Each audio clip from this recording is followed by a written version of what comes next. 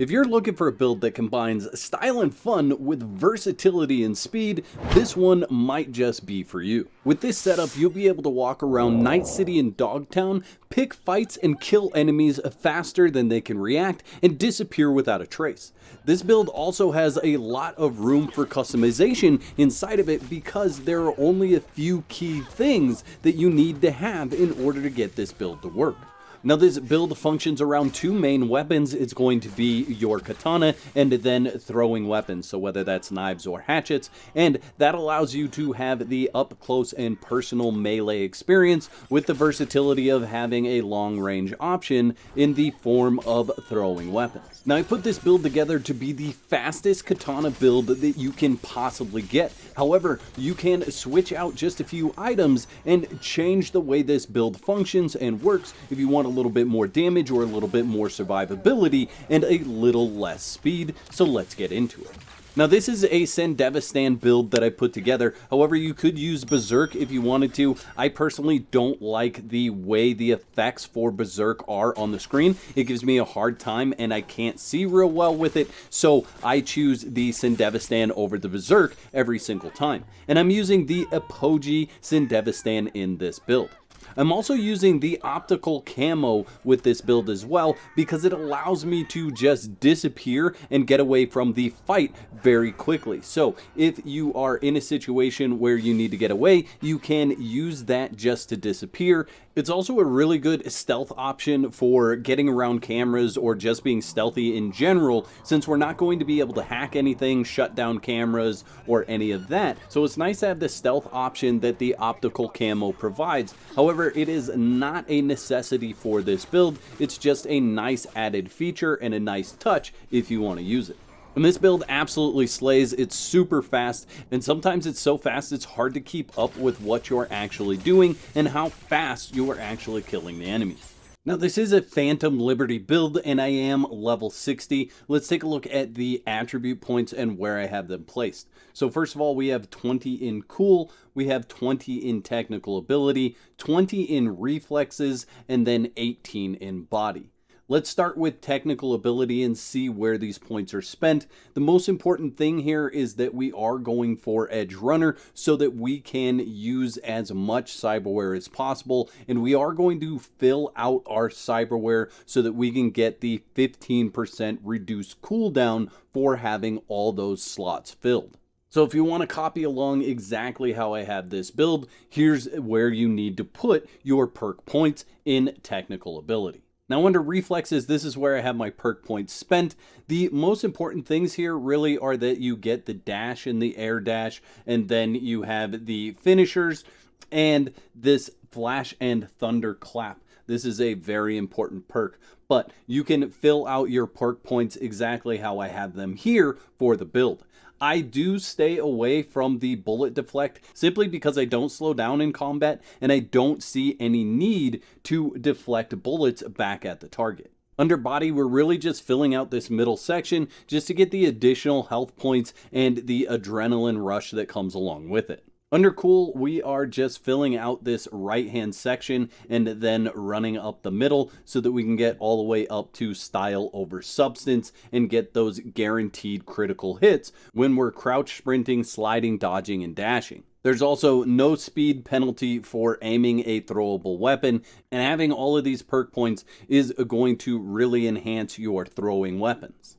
We're not putting any points at all into intelligence because we're not going to do any hacking with this build because it's a Sandevistan build. None of these points are going to help us out. Now let's jump into the Cyberware here, and like I said, you guys can tweak this as much as you want to. I'm going to show you the most important things for this build, and everything else you can tweak around how much Cyberware capacity you actually have. So the most important things for this build are your Sandevistan. The Apogee is the best Sandevistan in the game because it allows you to go in and out of that mode at any level of charge. We're going to couple that with the Axolotl, which is going to give us a great amount of cooldown for neutralizing an enemy. Fully upgraded, it's 12.5%. The Adreno trigger is great for this build because it gives you 30% movement speed for 55 seconds when you enter combat. 55 seconds is a lot of time to have additional speed in combat. Most combat situations aren't going to last the full 55 seconds with this build, so you basically have 30% additional movement speed for the entirety of your combat interaction. Let's talk about the legs, and you guys can play around with this if you want, but I really like the Jenkins tendons. The Jenkins tendons, I feel like, are better than the Leroy ligament system because of the amount of armor that you get with the Jenkins tendons. With the Leroy ligament system versus the Jenkins tendons, you are going to lose 34 armor points, but you will gain quite a bit of additional movement speed. So this build would be faster with the Leroy ligament system, but I feel like it's already breakneck speed with the Jenkins tendons, and you get the additional 34 armor over using the Leroy ligament system. Now for this build, I put the micro rotors in there just to get the additional 23% melee attack speed. But with the weapon that we're using having the bonus to attack speed when you neutralize an enemy, I feel like we're capping out on that 2 attacks per second. And the weapon that we're using, I also feel like that is overriding that 2 attacks per second already. So if you didn't want to use the micro rotors here and you wanted a little bit more survivability, I would either choose the adrenaline boosters so that you are gaining stamina back when you are neutralizing an enemy. And honestly, this is what I usually have when I'm playing around. Or you could use the health on kill if you're having some survivability issues. So any one of those 3 is a good piece of cyberware for that slot. Additionally, like I said, I'm using the optical camo. You can decide to use something else if you want in that section. I personally feel like having the optical camo as a fallback to just disappear and get out of combat, mixed with the perks from the Relic, is a really good option in this spot.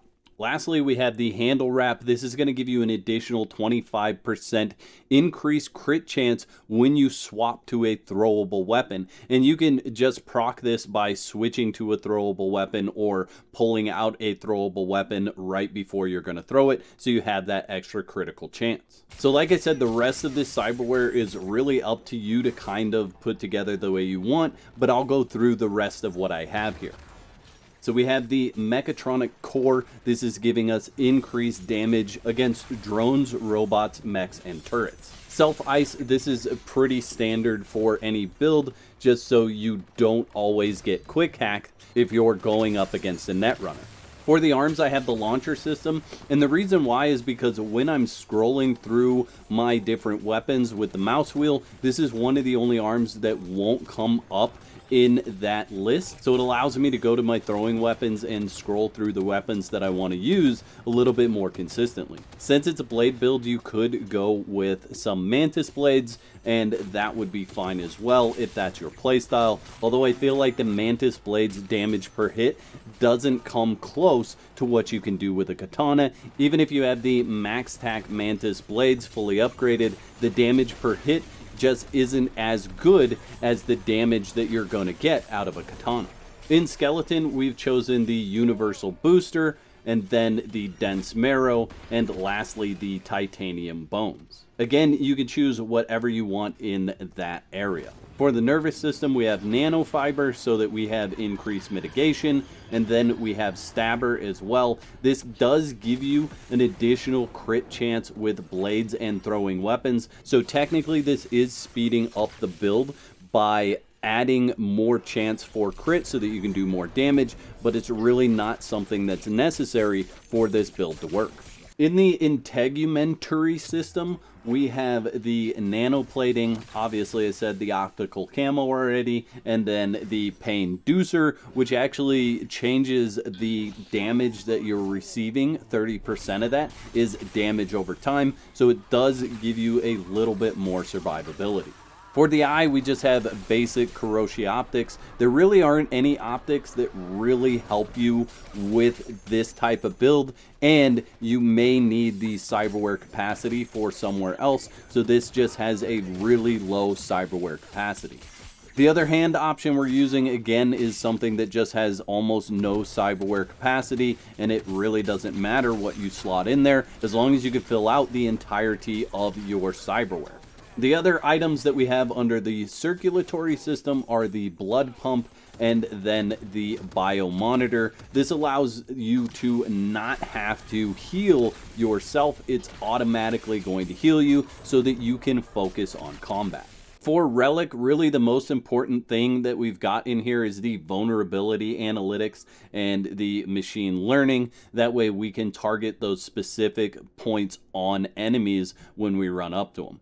We also have the emergency cloaking, which is going to allow us to use our optical camo in combat to completely disappear and disengage from enemies. Now, we're not really using the mantis blades, and we're not really using the launcher. I mean, you can use the launcher if you decide to use the same arms, but anything up here is totally up to you as far as what you're actually using for arms. Now, there are a couple of clothing things that I'm wearing. So one of them is going to be a torso piece that gives me additional armor. I'm wearing a headpiece that reduces my visibility to enemies, and then a face mask that actually gives me chemical resistance. These are what I feel like are best in slot for this type of build.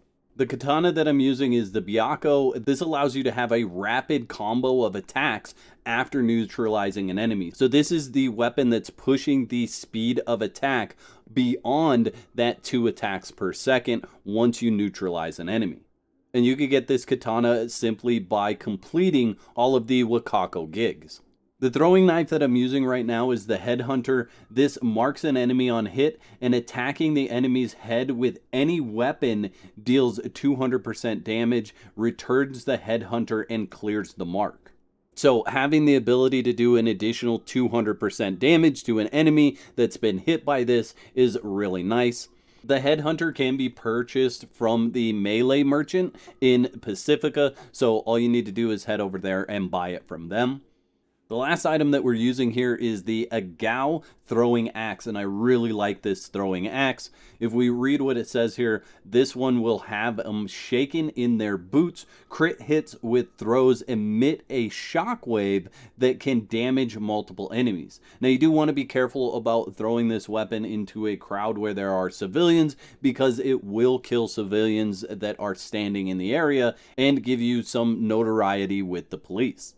Now, this weapon is from Dogtown, and you need to do the Voodoo Boys Criminal Activity event in order to receive this weapon from the final boss during that event. Now, let's look at the stats for this build real quick. Our damage per second is 376.4 base. Now, some of these things will change as you get into combat and as different things kick in. So, like the attack speed is 2.54 while I'm just standing here. However, once we go into combat without the micro rotors, that attack speed goes up to 3.17. And if you decide to run the micro rotors, that attack speed's actually going to go up to 3.78. Now, that is the attack speed after neutralizing an enemy, so both the micro rotors and the additional speed for the katana have both come into play with that, and it is going to give you a much higher attack speed when you're actually using it. So as you can see, you can get your damage per second all the way up to a 560.7. I'm not going to talk about the rest of the stats there. You can look over those and make a decision on whether you think those are good or bad. Let's move on to the armor. With this build, we have 772 armor and a 60% mitigation strength with a 10% chance. Obviously, there are things that can augment that as well, depending on whether you're being shot from the side or the back, or if you're crouched or behind cover. Down to health here, pretty standard stuff, 414 health, 1% regen bonus. While you're running with this build, you actually get a higher regen speed, so that is something to keep in mind, and you are going to be running a lot with the Jenkins tendons. Now your base movement speed with the Jenkins tendons is 3.85. However, when you're in combat, that's going to go up to 5.25. And if you decide that you want to use the Leroy ligaments, your base speed is going to go up to 4.48 and your combat speed is going to go up to 5.88.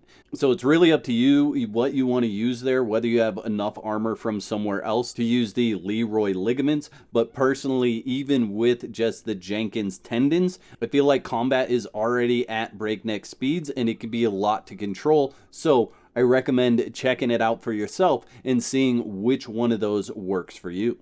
And this cyberware capacity really should be pretty easy for you to achieve just by playing the game, doing the gigs, doing the NCPD missions. I have not done any of the glitches to increase my cyberware capacity. This is just what I have from playing through the game. Don't forget to whack the like button on your way out and let me know in the comment section below what's your favorite build type to play with. I'd like to thank all my YouTube members for your continued support. Y'all are absolute legends. If you'd like to become a legend, there's a button that says join on this page. Click that for details. There's 2 videos on the screen. Click one of those to watch next, and I'll meet you over there.